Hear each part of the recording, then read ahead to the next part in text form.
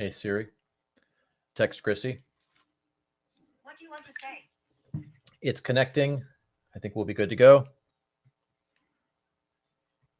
Okay, sending.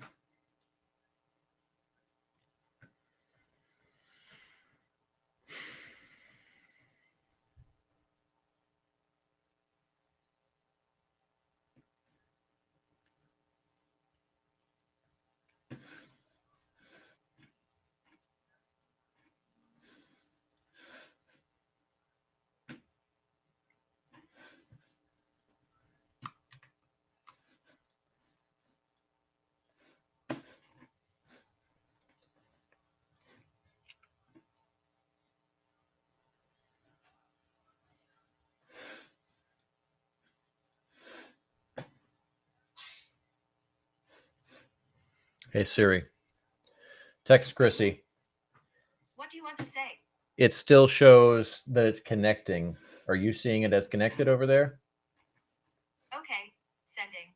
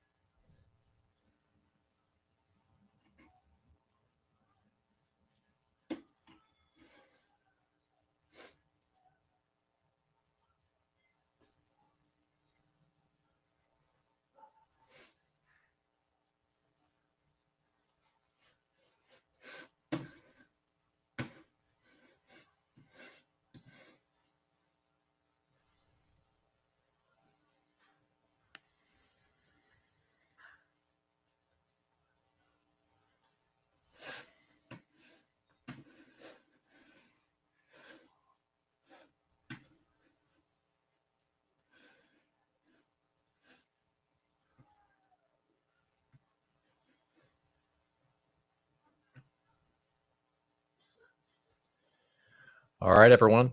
Oops, we are muted. All right. Hey, everyone. All right. So we're going to go ahead and get started here. We've got another episode of the Public Relations Declassified live stream.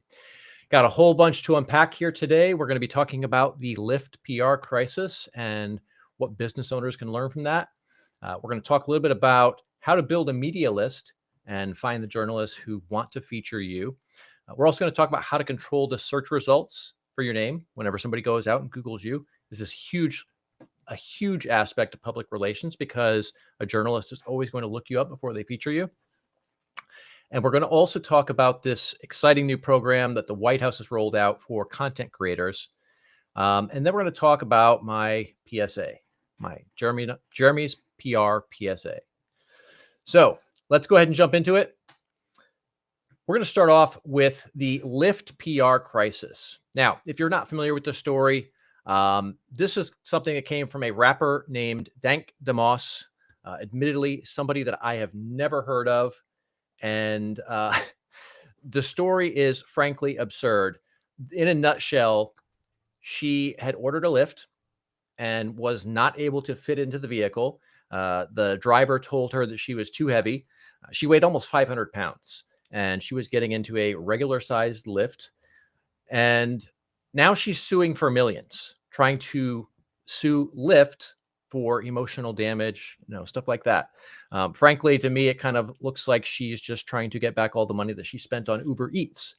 But we're going to go ahead and roll video here. There was a news segment on this. We'll talk about kind of how this played out in a second, but this story blew up on both traditional media and on social media. Tonight on The Edge, a Detroit rapper is going viral for something other than her music. Fans know her as Dank DeMoss, and they're fuming after a Lyft driver allegedly denied her a ride because of her size. And Fox News' Jessica Dupnick is live in Detroit with this story. And my goodness, tell us how this all unfolded here, Jessica. Well, it all unfolded on video. Deja Banlane whipped out her phone when this all happened. Now, the Lyft driver, he was kind enough and apologetic, but refused her a ride and said that she would not fit and that her weight couldn't be handled by his tires. Now she's filing a lawsuit. Have you been in cars that size before? Yes, I have. I've been in cars smarter than that, you know. Deja Blanding tells us she was just trying to get to a Detroit Lions watch party this month when her Lyft rolled up. As I'm walking, I see him like making faces or whatever. I'm like, oh man. She already knew. I can fit in this car. No, believe me, you can. Yes, I can. Believe me. He told her there's not enough room in his car. The kicker part was when he started to talk about his tires. You know, I feel like that was a slap in the face. That was like my tires, you know, like. The driver said his tires could not handle her weight. Every big person you turn down because they can't fit in your car? Yeah, because they need to order the Uber XL. No, I don't never have to order Uber XL. He apologized, canceled the ride, and All right, so definitely a very heavy topic here. All right, so let's talk about what this means from a business perspective, right? What should Lyft do? Because there's not going to be any shortage of situations like this. There's going to be people suing companies all the time for absolutely absurd shit. This is just one of many examples. So what should Lyft do? Obviously, they can't go back and change anything here, but to prevent this kind of thing in the future. So one of the things, if I was advising Lyft, one of the things I would recommend is that they put a size and a weight limit in the app. Now, this is something that needs to be very clear, right? It has to say a specific amount of weight. It needs to say a specific size, whether that's circumference, whatever. Like, I don't know how you want to measure people, but there has to be criteria because, look, this is literally a safety issue. You put a 500-pound person in one seat on a regular size car, it's not built for that, right? It's, you're going to distribute the weight of all the people in a vehicle evenly across the vehicle. So putting that much weight in one seat is dangerous for the car. And I'm not an engineer, but I would have to imagine that it's also dangerous in a crash type scenario as well, right? So if they were to put in some kind of notification and it's clear and it says, these are the guidelines. And if you are above this size, above this weight, you have to order an Uber XL, or not Uber, Lyft, a Lyft XL, something like this, then that would prevent this kind of situation from happening in the future. Now, 100%, there's going to be some backlash to that.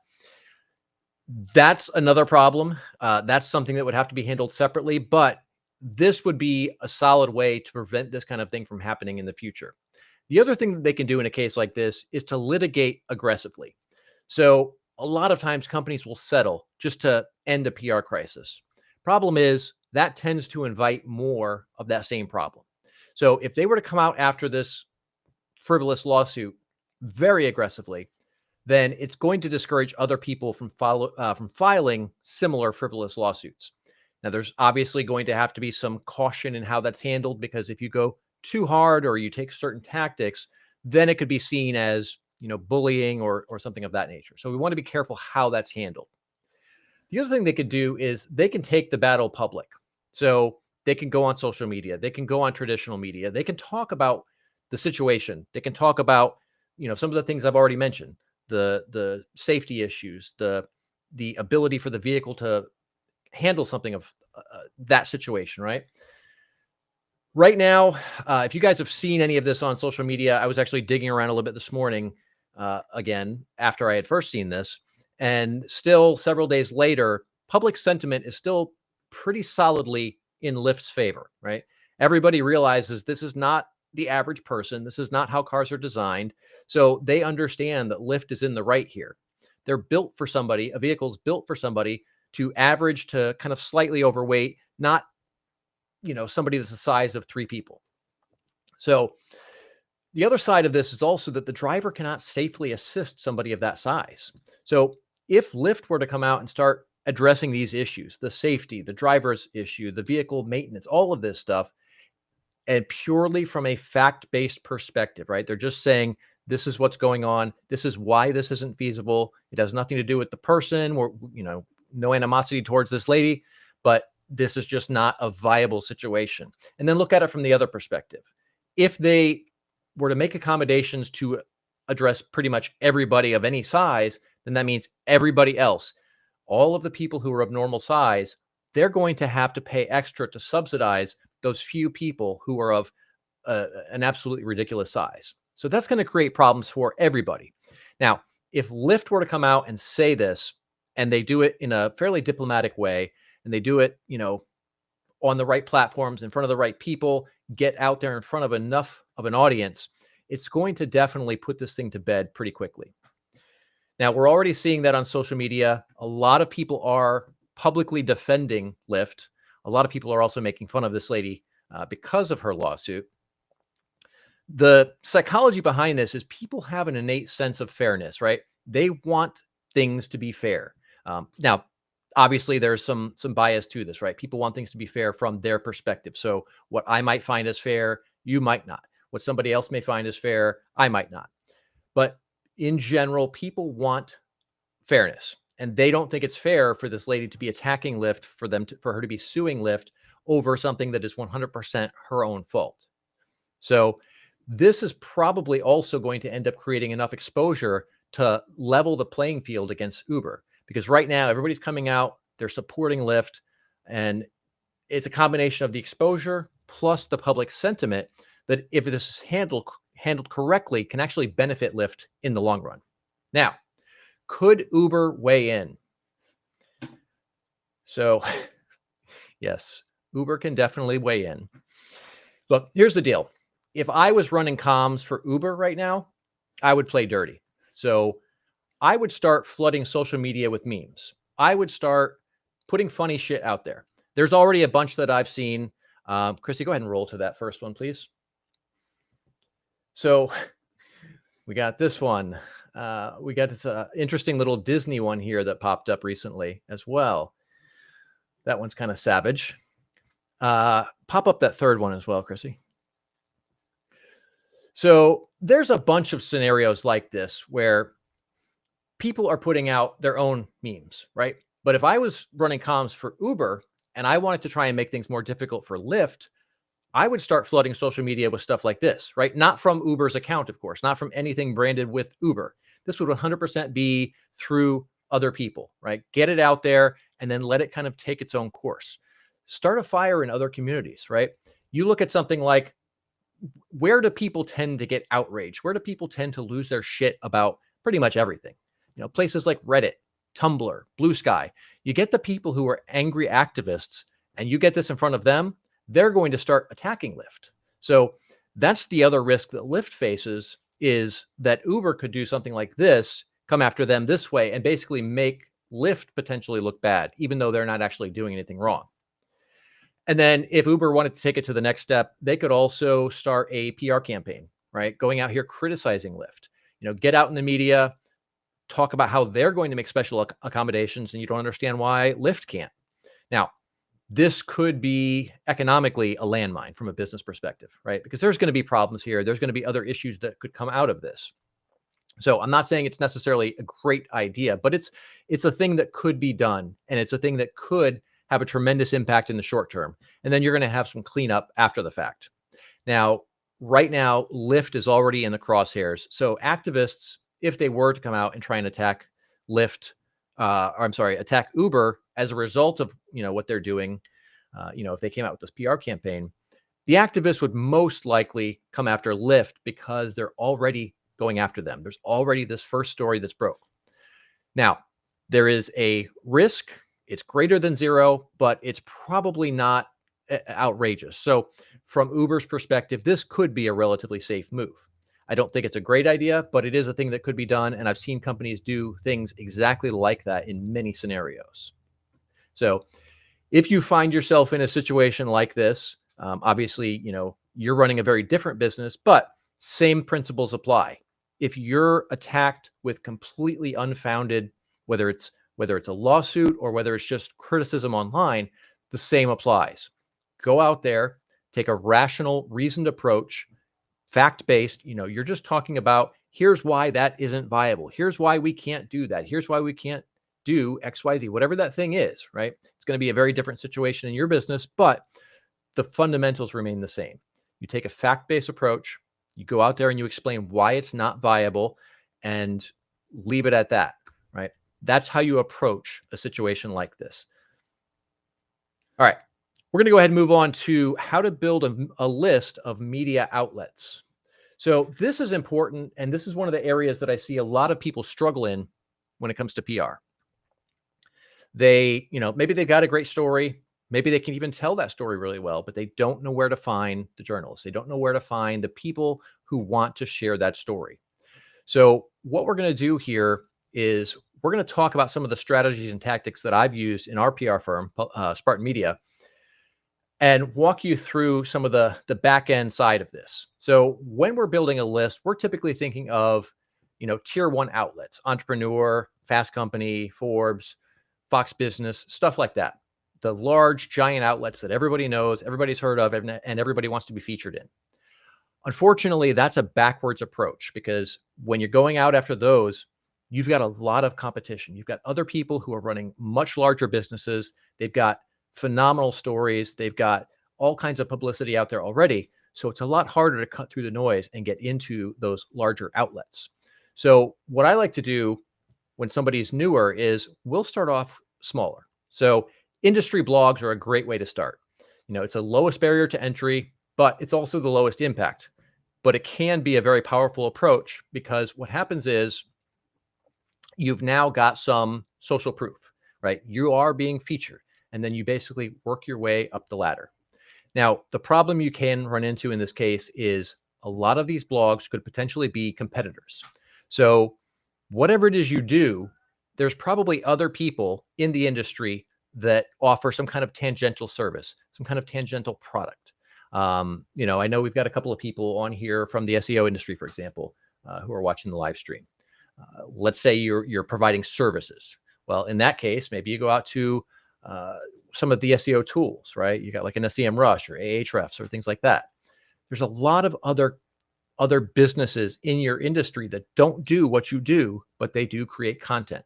So this is a great opportunity to start kind of getting that foundation built. And then this is something that when somebody goes and searches your name, they're going to find that content. So we'll talk about how to find some of these things here in a little bit. Let's jump to trade pubs for a second now. So there's generally going to be less competition when it comes to trade publications. So let's say, for example, I'll give you a few examples of trade publications. So in the real estate industry, for example, you've got Realtor Magazine, for example. In the construction industry, you've got Construction Executive, right? This is a publication that goes out both print and digital to a very, very large audience. You're going to see less competition here because it is strictly industry professionals, but there's going to be a lot more vetting because you're dealing with industry professionals. So let's say Construction Executive, for example, if you're coming in and talking about information related to the construction industry, you're going to really have to make sure that you know what you're talking about, because you're talking about this, you're pitching to other professionals who also understand this. So if you're not really on point, it's not going to work because they're going to see through the bullshit, right? So you have to really know what you're talking about, and you have to be able to articulate that effectively. When it comes to these publications, the other thing to think about is most of the contributors there are going to be volunteers, right? They're basically doing it on their own for their own purposes. So when it comes to trade publications, you want to go straight to the editor. It's generally not going to be as effective to pitch the people who are writing there unless they are a staff journalist, right? And then we're going to talk about local media as well. So again, same deal here. Less competition, but the downside to local media is you have to have a local presence. So if I was to go and pitch, some TV channel in Dallas, I'm a lot less likely to get featured there versus if I go and I pitch, the local TV station here in Tampa, right? So that local presence plays a big role. Now, that's not absolute. That there is some kind of gray area there. I've put a lot of clients on a lot of TV networks and in a lot of local magazines, newspapers, et cetera, for places that they didn't live or they weren't based in. But generally speaking, you're going to get a lot more impact when it comes to those publications if you live in that area or if you operate in that area. It's also a lot easier to build relationships, both because you've got that commonality, right? You are both in the same area, but also because you have a chance of running into some of those journalists, the producers, the editors, et cetera, at some of the events that may be going on in your area, right? Chamber of Commerce events, networking events, things like that. So it does make it really easy to connect and build relationships with those folks. So we're going to talk for a minute about how we find some of these publications. So if we're talking about blogs, for example, you've got these smaller industry blogs, then you can do a pretty simple Google search for whatever your industry is and blog, right? It really doesn't get any simpler than that. When it comes to trade publications, same deal. You do your industry and then plus trade publication or pub or publication, journal, things like that. Another thing you can do is you can go to social media and search for your industry. Now, you're going to find a bunch of people who do what you do, but you're also going to find a lot of these publications as well. And then from there, you track that back to the website and then track back to whoever the journalists or the editors may be and work your way in through there. And then when it comes to local media, same deal, right? I like to go into Google. I like to search for, let's say, Tampa TV channels, Tampa radio stations, Tampa magazines, Tampa newspapers, right? There's a lot of media out there that most people don't even realize. So if you start digging around, you're going to find a lot more out there than you knew was out there. Once you've got a solid base in place, then we're going to start focusing on some of the tier one outlets, the Entrepreneur, the Forbes, the Inc., things like that. But also look at, TV as well, right? You got Fox News, you got Newsmax, you got CNN. And then look at the bigger podcasts too, because in a lot of cases, these podcasts are now having larger audiences than some of the media outlets. Joe Rogan is a great example of that. A typical episode of any of Joe Rogan's podcasts get far more viewers than several of the shows on CNN combined. So don't rule that out. Don't look at that as, that's not just somebody playing. There's a lot of very large audiences when it comes to podcasts. YouTube channels are the same. Basically anywhere that there's media, if you find the right places, you could have a tremendous opportunity to get in front of a lot of people and not have to go through a lot of the layers when it comes to some of the traditional media. We're going to talk more about podcasts in a future segment. But right now, what I want to talk about is how we find the journalists. So there are a lot of the PR tools, like we use a bunch of tools in my agency, but most of you guys don't need those. You probably shouldn't have those anyway, because they can get pretty pricey. I know some of the larger agencies out there that are spending upwards of $20,000, $30,000, $40,000 a year on some of these tools. So they get very pricey very quickly. So I generally recommend against that. One of the things I'm going to show you is how to find some of the journalists on the websites of the publications. So let's say that you go to the Wall Street Journal, for example, and we've got this gentleman here. I'm not even going to try and pronounce that name, but you've got this little email icon right under his name, right? So this is when you'll go to the article, and then from there, typically you'll see that author's name, and then that name has a link. You click on that link and it takes you to the author page, which will typically have a list of all of their articles, right? So in this case, there's a little email button there. You can click on that and it will open a default email program, or you can right click on it and it will let you copy the email address. In other cases, you may have the same situation, but I think it's the New York Times where they'll actually have the email right there typed on the screen. You can just copy, right? So there's another approach that I like to use on LinkedIn. And this is kind of interesting because this is really the only use I've ever found for company pages on LinkedIn. So you'll go to the company page for that media outlet. In this case, we're looking at Fast Company. And then you'll click on that People tab where you see that little arrow down there, right? And then from there, that's going to pull up the next page where you've got all of these people who work for that outlet. So take a look at what's there, though. Don't just jump into it and start, messaging people. Look at what they're writing about, or if they're even writing, right? Because in some cases, there will be people who show up there, but they don't actually work for the outlet. Maybe they've been on it once, or maybe they like it or whatever. So look at who they are before you go ahead and pitch them.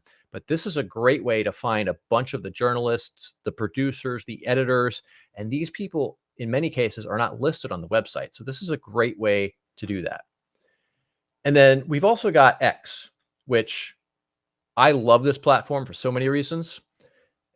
But if you go to the search tab and then you put in a particular media outlet, you're going to see a bunch. And the same thing applies here, right? Some of them will work for that outlet. Some of them won't. So look at who you're talking to before you start pitching them.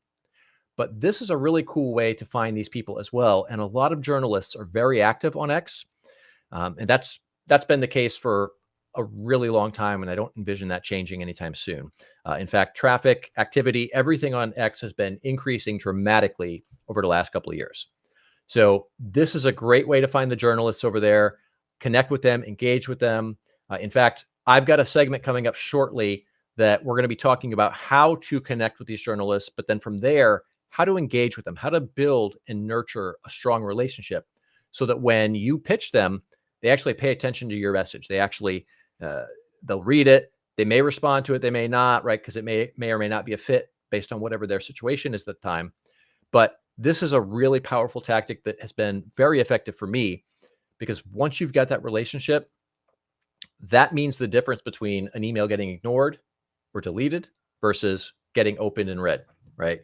So I'll give you guys a quick story on that. I've got a friend of mine who I had introduced her to a local journalist here in Tampa a while back. Now, my friend has been in the PR industry for longer than I have, and she is great in every possible way when it comes to this. So she pitched this journalist, and I did see the pitch, and everything was great. The pitch itself was great. You know, every part of the pitch was great. Subject line was great. The story was relevant. It was timely. It was the kind of content that this journalist would typically cover. And it was something that was being talked about in the news. Like, on all accounts, that pitch should have turned into a media feature. And a week or two had gone by, and I didn't hear anything else about it. So I asked her, I was like, hey, how did that pitch go? Did she end up taking your client? She's like, oh, I don't know. She didn't respond back. I was like, oh, well, do you want me to shoot her a message? And she's like, oh, if you would, that'd be great. I appreciate that. So I picked up my phone and I fired off this text message, right? It wasn't even grammatically correct. It was just this quick little, hey, ... a couple of little details, and then a thumbs up or thumbs down. And immediately, within like 5 seconds, I got a response back. Yes, sounds great. Email me details and we'll make it happen. And that all came down to that relationship. And so that's why that is such a powerful component of public relations. So we'll talk more about that in a future episode here. But that's kind of a good primer on how we're building the media list, how we're getting these journalists so that we can start pitching them our story. All right. Next up, we're going to talk about how to take control of the search results so that when somebody searches for your name, they're going to find what you want them to find.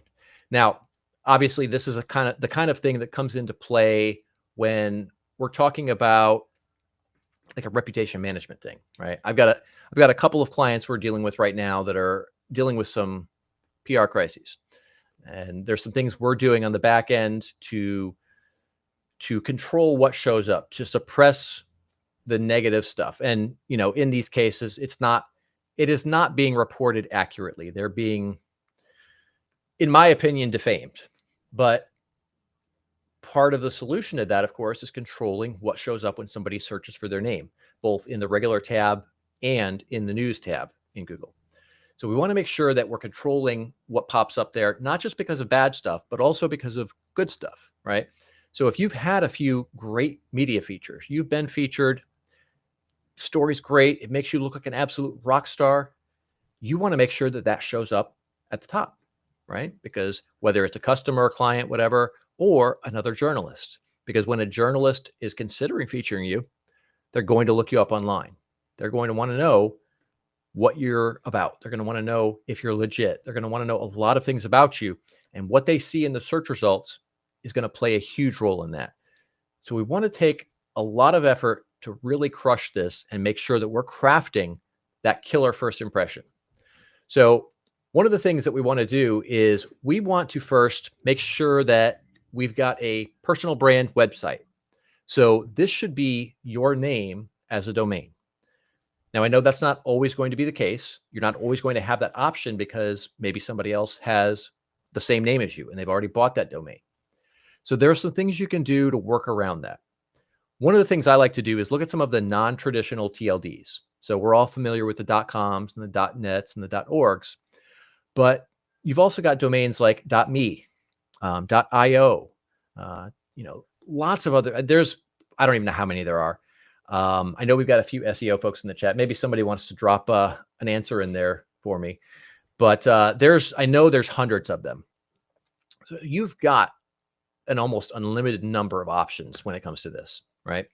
So the other benefit to that, though, I mean, obviously I like to always own the .com if I can, but I also like to own non-traditional TLDs because for whatever reason, they tend to rank better in the search engines.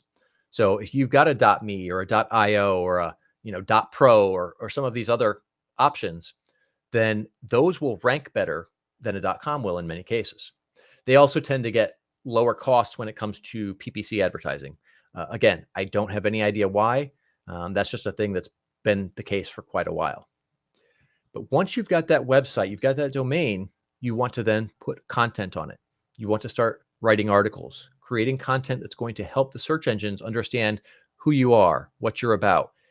And if you're using WordPress, which despite all the crazy bullshit going on with Matt Mullenweg and the WordPress PR crisis right now, there's a lot of benefit to WordPress. And one of those is how it is kind of built from the foundation up with SEO in mind, right? A lot of the themes, they can be a little bit messy, but the overall structure, the heading tags, the images, the alt tags, things like this. This plays a big role in search engine optimization. So right out of the box, WordPress site for your name is generally going to perform pretty well in search, even if you don't do a lot of link building or other SEO activities towards it. Then from there, the other thing we want to do is we also want to put images on the site. Now, the bigger, the better. High-res images, and I'm talking, if you've got something that's, like you're typically going to have a small image, maybe, a few hundred pixels wide. But if you put a place where you've also got those same images as much larger images, maybe 1,000, 2,000, 3,000 pixels wide, or even bigger in some cases, that's something that Google sees as a positive factor. And they're generally going to show up in the image search results. Now, if you're somewhat technical, the term source set might mean something to you. If you're not technical, what that means is essentially it's code on the back end of the website that it's loading an image, and then it's not loading. It's got the availability to load a variety of image sizes, basically. And then it only loads the one that is ideal based on that device and screen size, right? So in a case like this, you could have the size that you actually need and then several other much larger sizes, but not slow down the page load speed, right? This is something that came out several years ago, but I see that a lot of people still don't use it or don't use it properly. But these high-res images, they're really good because the search engines see them and then they show up in image search, which does tend to drive some exposure and traffic for you. But also, let's say a media outlet wants to feature you.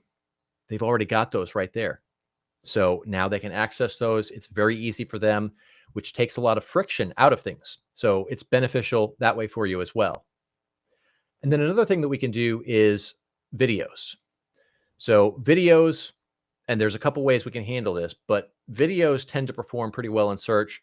If you search for somebody's name and they're fairly prominent, they have a lot of videos out there, those videos are going to show up in the search results. And Google does dedicate a large portion of the search results to their own properties, YouTube being one of them. So generally speaking, if I'm going to put videos up on a website, what I'm going to do is I'm going to put them on YouTube, optimize that particular video on YouTube. So you've got a good solid title tag, you've got a good description, you've got some tags in there, you've got all the things that are ideal for making it rank on YouTube, but then you embed that video in your website. So now Google is kind of connecting the dots between your website and YouTube, and it's pulling all of this stuff together, and those will tend to rank pretty high. The other cool thing about video is, let's say that a journalist is reaching out, an anchor from TV or a producer from TV, and they're reaching out because they want to feature you on something. Well, now they can immediately see how well you carry yourself, right? Do you communicate well? Can you explain complex things in a clear way that other people can understand? Are you composed? All of this. This is huge because a producer doesn't want to bring somebody on TV unless they know that they're going to do well, right? So this takes that fear out unless you suck at video, right? And then you're not going to get on TV anyway. So this is one of those things. The more video that you do, the better your chances are of being featured on TV. But it also helps to create more exposure, helps to reach more people, create that authority status. And then, like I said, it does take up a significant portion of the search results. If you go and search for somebody, I'm not sure if Lori is here watching right now. I was talking to her just before we started a little while ago. But if you search for Lori Graymont, you'll see an example of what we're talking about. She's got a bunch of images that pop up in the search results. She's got a bunch of videos that pop up in the search results, and that takes up significant portions of that page. So it creates a different perception when somebody looks her up. She's also got a Google Knowledge Panel, which is something that is algorithmically triggered, right? It's not a thing that you apply for or that you can buy or anything like that. It's just a thing that Google algorithmically says based on all these factors, which that's a whole complex thing. We're not going to get into that today, but basically they're looking at it from an algorithmic perspective and determining, is this person an authority figure in their industry? So the videos and the images play a role in triggering that knowledge panel. So this is definitely something that you want to lean on heavy. And then you also want to build and optimize your social media profiles. So I see a lot of people creating a bunch of profiles, but in a lot of cases, I don't see them really properly optimize them. So some of the things you want to do is, first of all, you want to have a good, solid headshot that's consistent across every platform: Facebook, Instagram, Twitter, X, YouTube. Everywhere that you've got a platform, have that same headshot, and it needs to be professional. And then your cover photo as well. And your cover photo, keep in mind, this has to look good, not just on a desktop where you've got plenty of space, but it also has to look great on your mobile device. So actually pick it up and look at it on your phone.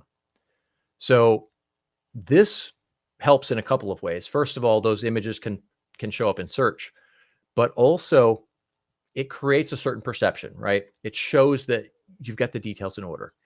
And if you've got a well-designed cover photo and you've got a professional headshot, then it shows that, you really care about the details. You've got everything buttoned up, right?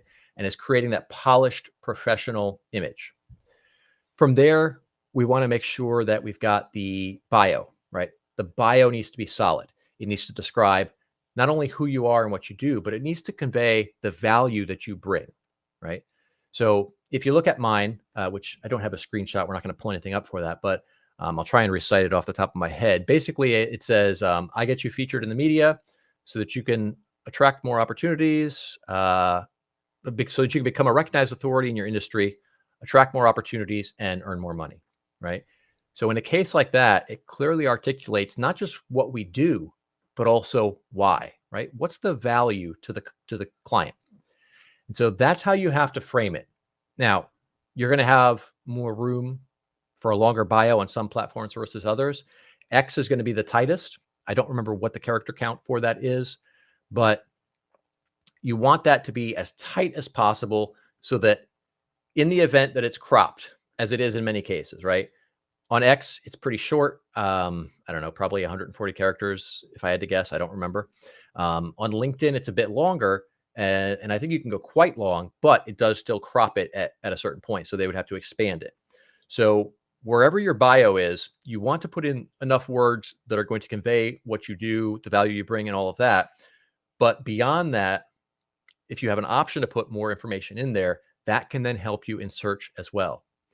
And then, of course, be sure to put a link in your profile on every platform that has that option back to your website. All right. So this is a way that when somebody shows up on your profile, they can go back to your site. So this is really important because just by the nature of these platforms, right? They're massive platforms. There's tons and tons of links pointing to them. They are viewed as authoritative websites by Google and other search engines. So those profiles are going to rank well if you just get, your basics that we talked about here buttoned up. And then, of course, the more content you create, the more posts you have on any of the platforms, the more impact that's going to have. And then from here, we're going to leverage guest posting. So we talked in one of the earlier segments about industry blogs. This is a great opportunity for you to get out there and, you write these articles for these other publications, these other smaller blogs, and typically you'll have the option in your bio on those blogs to link back to your site or to link back to your social profiles or your YouTube channel or whatever it is that makes sense for you based on what you're doing. Now, I'm going to generally recommend that you link back to your website, and then your website can link out to everything. But this way, you're building all of that link equity, pointing back to your website and making it be seen in search engines' eyes as more authoritative. Okay. That's one of those things where it's not quantity, it's quality, right? So you want to be writing great content, and then you want to send them back to your website, which should also be great. So focus on the highest quality blogs, the ones that get good traffic. And I know we've talked in some of the other previous episodes about how to identify the traffic that some of the sites get. And this is not an exact science, right? There's some gray area. There's some uncertainty in some of this stuff, but focus on the higher quality ones. And you're going to know which ones they are. They're the ones that everyone's talking about in your industry. They're the ones that you see everyone sharing content from. Get out there, publish some articles in those publications, and do it on a recurring basis. This is not a one-time and you're done kind of thing, right? I like to generally aim, if you're going to go and do guest posting for this purpose, try and aim for putting at least a piece out each month. And if you enjoy writing and you're good at it and you could do more, by all means do that. All right. Next up, we're going to talk about the White House the creators media opportunities thing that they just announced here recently. So I'm going to go ahead and we'll roll the video here. This was something that was announced with this just a couple of days revolutionary ago. media approach that President Trump deployed during the campaign, the Trump White House will speak to all media outlets and personalities, not just the legacy media who are seated in this room. Because according to recent polling from Gallup, Americans' trust in mass media has fallen to a record low. Millions of Americans, especially young people, have turned from traditional television outlets and newspapers to consume their news from podcasts, blogs, social media, and other independent outlets. It's essential to our team that we share President Trump's message everywhere and adapt this White House to the new media landscape in 2025. To do this, I am excited to announce the following changes will be made to this historic James S. Brady briefing room, where Mr. Brady's legacy will endure. This White House believes strongly in the First Amendment, so it's why our team will work diligently to restore the press passes of the 440 journalists whose passes were wrongly revoked by the previous administration. We're also opening up this briefing room to new media voices who produce news-related content and whose outlet is not already represented by one of the seats in this room. We welcome independent journalists, podcasters, social media influencers, and content creators to apply for credentials to cover this White House. And you can apply now on our new website, whitehouse.gov/new media. Starting today, this seat in the front of the room, which is usually occupied by the press secretary's staff, will be called the new media seat. My team will review the applications and give credentials to new media applicants who meet our criteria and pass United States Secret Service requirements to enter the White House complex. So in light of these announcements, our first questions for today's briefing will go to these new media members whose outlets, despite being some of the most viewed news websites in the country, have not been given seats in this room.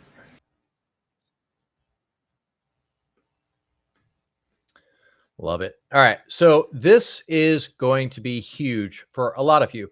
And this is something that I predicted a few years ago. I actually wrote an article for Benzinga about exactly this. I predicted this, and then we kind of watched it unfold over this election season. But the signs have been there for a while, and I've been seeing incremental change towards this. Now, this is going to have a huge impact for a lot of us And a lot of independent creators, like I mentioned earlier, they have larger audiences than some of the major media outlets out there. So if you're creating content, this is something you absolutely should jump on.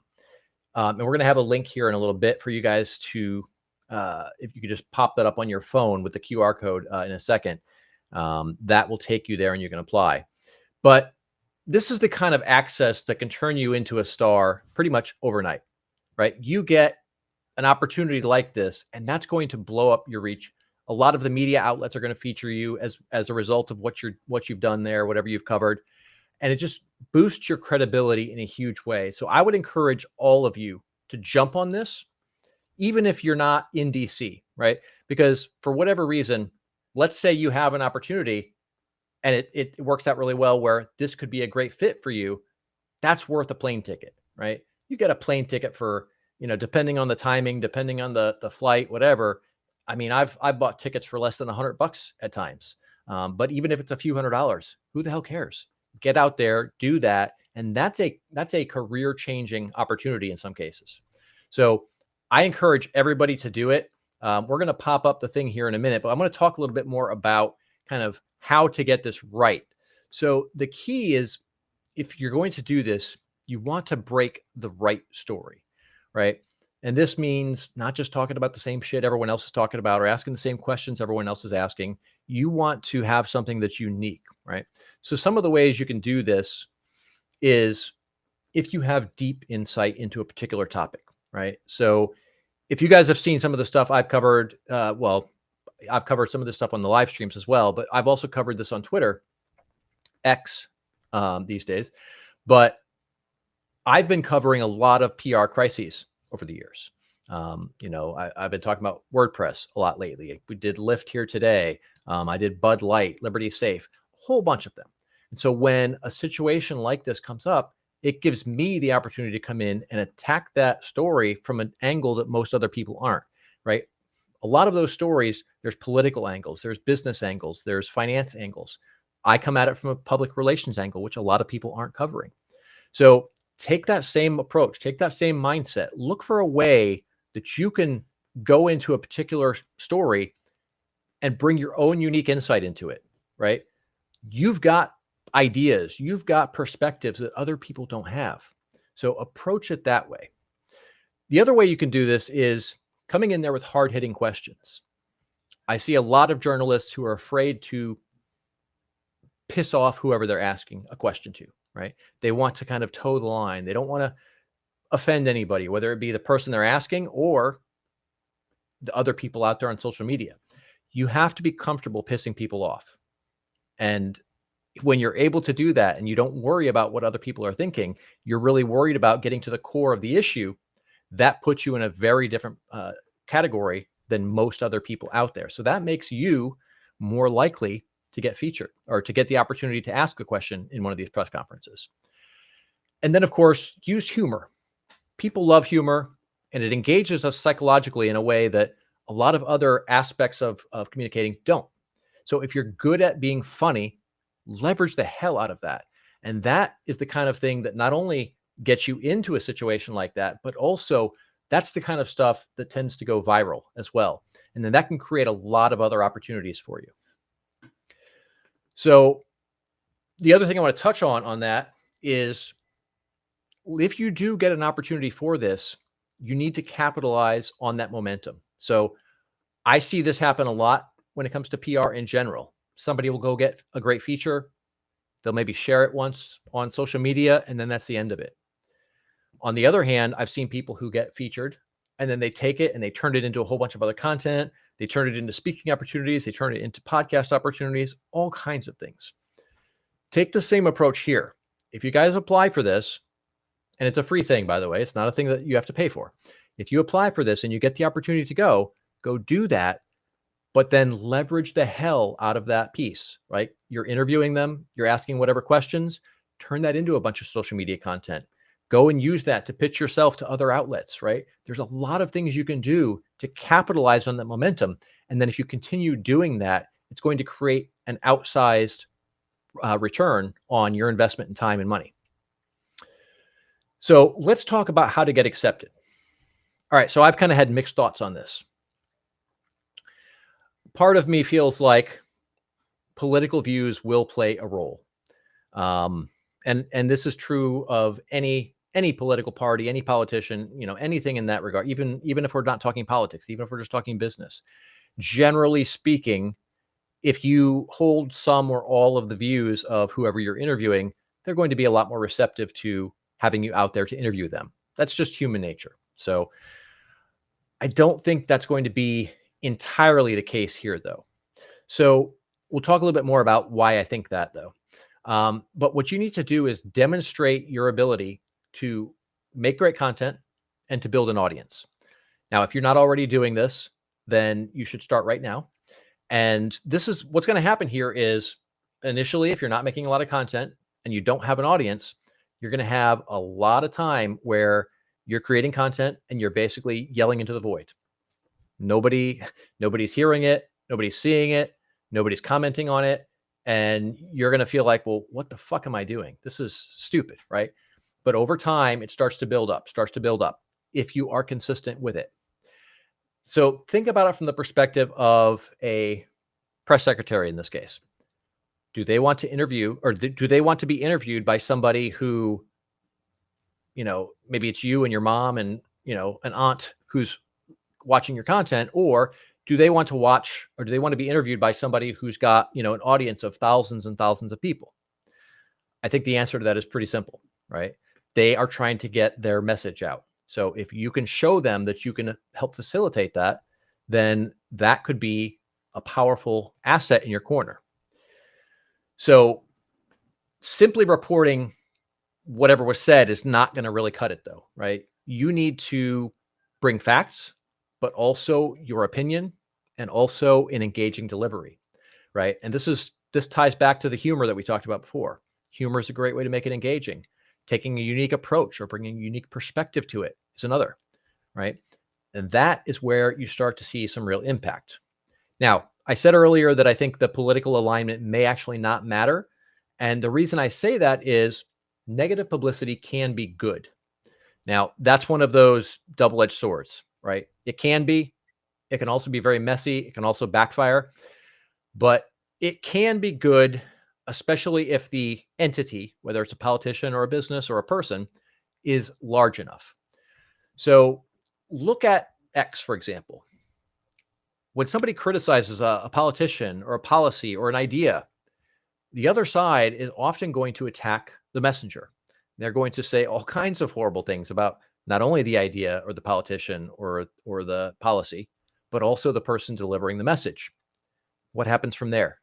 Well, typically, the other side comes back and defends that politician, that idea, or that policy. And then you get this engagement going back and forth in the comments. So this is one of those things where if you are contrary to this particular administration, it could actually benefit you because they know that you're going to draw in that conflict and it's going to create the engagement and it's going to get people talking about a thing.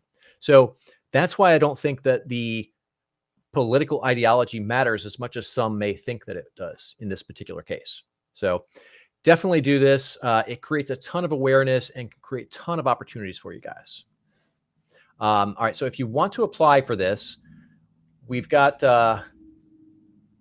if you go to whitehouse.gov/new media, and if you look up in the corner up here, you'll see a little QR code. If you just hit that with your phone, that will take you straight to that page on the White House's website.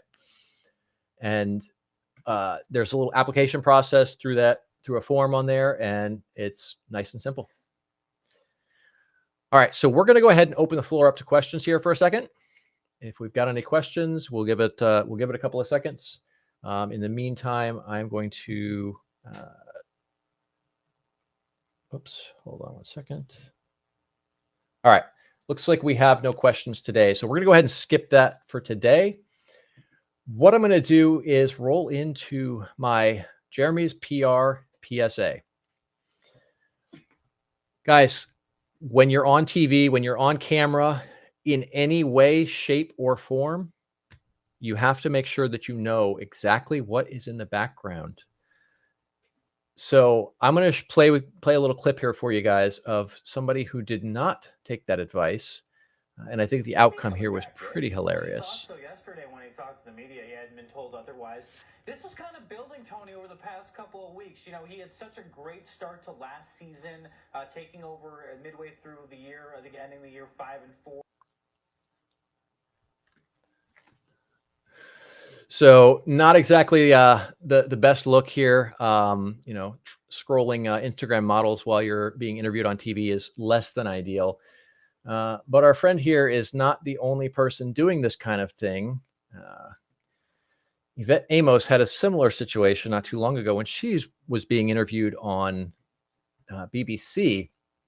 And I don't know if you guys can see exactly what's going on here in the background. So we'll go ahead and zoom in and see what's on her bookshelf back there. Great big dildo on the bookshelf in the back of a live TV interview.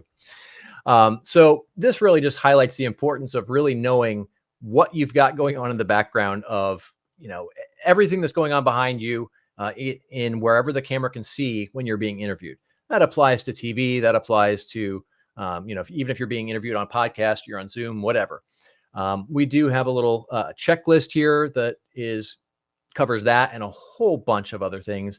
If you guys hit the QR code on that, it'll take you to our e-commerce platform. You can pick that up. I think it's just $9. So super powerful there. It's got that and a whole bunch of other information. But that's a wrap for today, guys. If we are not connected on social, I would encourage you guys to do so. I'm always sharing information like this and also always trying to connect people with other people in my circle who can help each other out. So look me up on social. I'm super easy to find. And until next time, that's a wrap for today, guys. All right. Thanks, everyone.